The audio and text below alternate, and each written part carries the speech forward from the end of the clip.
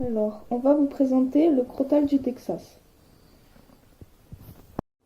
Donc, les parties sont les milieux de vie, l'adaptation, la chasse, les menaces, l'hibernation et l'indépendance dès les premiers jours.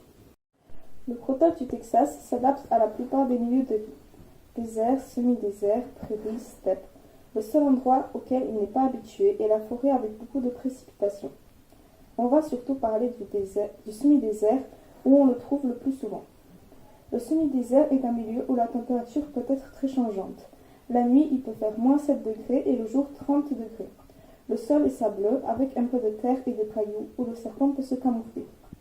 Les crotales ont le sang froid. Comme tous les reptiles, ce sont des animaux ectothermes, c'est-à-dire qu'ils ne créent pas leur propre chaleur ou très peu. Ils dépendent des sources extérieures pour réglementer la température. Quand leur corps est trop chaud, ils se retirent à l'ombre ou dans un terrier. Quand un serpent est trop froid, il se met au soleil pour se réchauffer.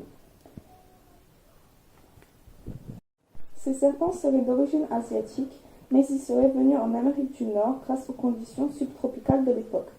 Ils étaient donc forcés à s'adapter ensuite quand le climat a changé. Le crotale possède une sonnette qu'il utilise pour effrayer et donc déstabiliser la proie. Il a aussi un venin puissant. C'est un des serpents les plus venimeux des États-Unis, à cause duquel il a le plus de cas mortels. Il possède entre 300 et 700 mg de venin. La majorité de ses proies sont les rongeurs, 90%. Le crotale va injecter son venin et laisser partir l'animal. La victime va tomber après quelques minutes, le temps que le venin ait son effet. Pendant que la proie s'échappe, le venin commence déjà la digestion de l'animal grâce aux toxines spécialisées qu'il possède. Le serpent retrouve alors sa proie pour la manger. Dans le cas des oiseaux ou des lézards, il attaque et ne lâche pas sa proie.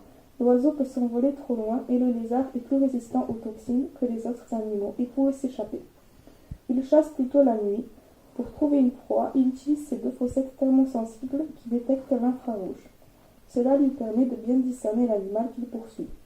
Puisqu'il n'y a pas beaucoup d'eau dans les déserts et semi-déserts, il boit surtout des proies qu'il se nourrit, mais boit aussi l'eau de la rivière s'il en trouve. Pour se défendre contre des menaces éventuelles, le crotale du Texas utilise sa sonnette pour avertir du combat. Si les menaces ne se retirent pas, et donc si l'animal adverse ignore l'avertissement, alors le serpent pourra attaquer et pourra aussi empoisonner sa cible. Mais le crotale du Texas, il peut aussi, comme déjà cité avant, se camoufler pour se cacher des dangers qui peuvent lui causer un plus grand problème, comme par exemple les faucons ou les coyotes.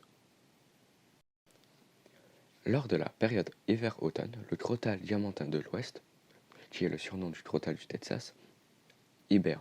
En réalité, c'est plus un temps de repos que de vraie hibernation. Il va beaucoup dormir et être très peu actif, mais, cependant, même pendant cette période, il y arrive parfois de sortir. Le serpent trouve un endroit pour se cacher, comme les crevasses des corniches, et dort avec ses congénères. Les serpents n'ont pas vraiment besoin de s'y préparer. Ils peuvent tenir plusieurs mois sans rien manger, puisqu'ils ont la capacité de stocker de l'énergie et de transformer la matière consommée dans les muscles et dans les os sur un temps très allongé. Le crotale vit jusqu'à environ 15 ans, mais dès sa naissance, il doit déjà être indépendant. À sa naissance, il produit son propre venin, mais au départ, il n'a pas encore de sonnette. Elle se forme lors de ses premières mues, et à chaque mue, sa sonnette s'agrandit de